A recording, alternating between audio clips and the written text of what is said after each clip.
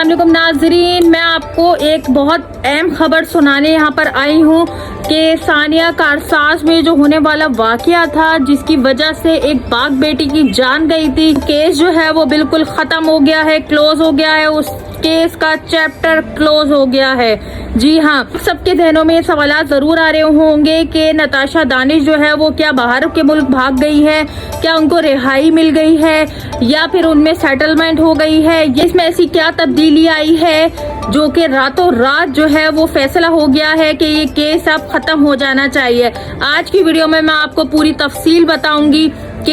ये वाला जो केस है वो क्यों खत्म हुआ। उससे पहले आप मेरे चैनल को सब्सक्राइब करें और मेरी वीडियोस को ज्यादा से ज्यादा शेयर करें ताकि मैं आप लोग के लिए इंफॉर्मेटिव वीडियो बना सकूं। गुज़िश्ता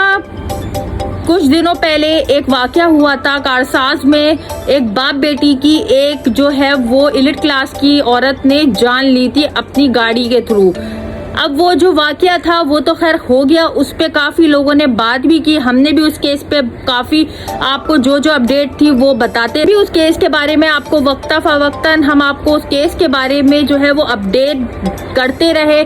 आज की अपडेट जो है वो बिल्कुल डिफरेंट है। अब इसके बाद शायद कोई अपडेट नहीं आएगी क्योंकि ये केस जो है वो बंद हो चुका है। जी हाँ, ये वाला केस बंद क्यों हुआ है इसकी भी वजह मैं आपको बताती हूँ। नताशा दानिश की जो वकील है उनका कहना है कि मुतासरा फैमिली के जो लवाहिकीन है, जो उनके घर वाले हैं, उनमें जो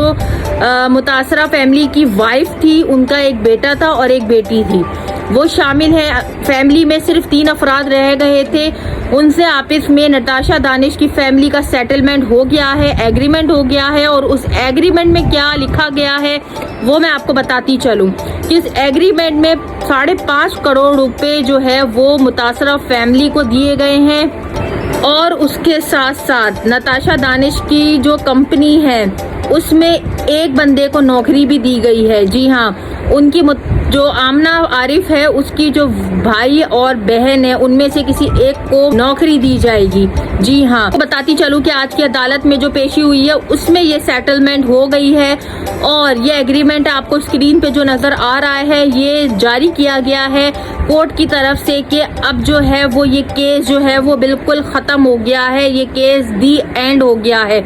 क्योंकि उनके लवाहिकीन जो उनके जो मुतासरा फैमिली की जो लोग हैं उनका कहना ये है कि हमने जो है वो माफ़ कर दिया है उन लोगों को। और उनका ये भी कहना है कि ये हादसा था, नताशा दानिश की कोई इंटेंशन नहीं थी हमारे बाप और हमारी बहन को मारने की। उनके भाई का मजीद ये कहना है कि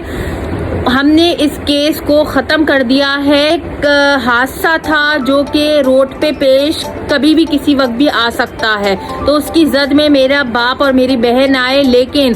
अब हमने ये केस जो है वो अपनी खुशी से जो है वो क्लोज कर दिया है। हमारे ऊपर किसी किस्म का भी प्रेशर नहीं है, हम अपनी मर्जी से, हमारी फैमिली अपनी मर्जी से इस केस को ख़त्म करती है। जी हाँ नाज़रीन, जैसा कि आप सब जानते हैं कि नताशा दानिश की जो फैमिली है वो काफ़ी स्ट्रॉन्ग फैमिली है, पावरफुल फैमिली है। अगर इस केस में मैं आपको अपना पॉइंट ऑफ व्यू दूं तो मेरा पॉइंट ऑफ व्यू ये है कि जो इनकी जो फैमिली है उन्होंने बिल्कुल ठीक फैसला लिया क्योंकि पाकिस्तान में जो है वो अगर आप एलिट क्लास से आप लड़ रहे हो, पावरफुल फैमिली से अगर आप केस लड़ रहे हो, तो मैंने ऐसे लोगों को भी देखा है जिनकी जो है मौत हो चुकी है, उन फैमिलीज की उनकी पूरी फैमिली ख़त्म हो गई है और उनकी जो है वो पेशी या उस केस का फैसला हुआ ही नहीं आज तक।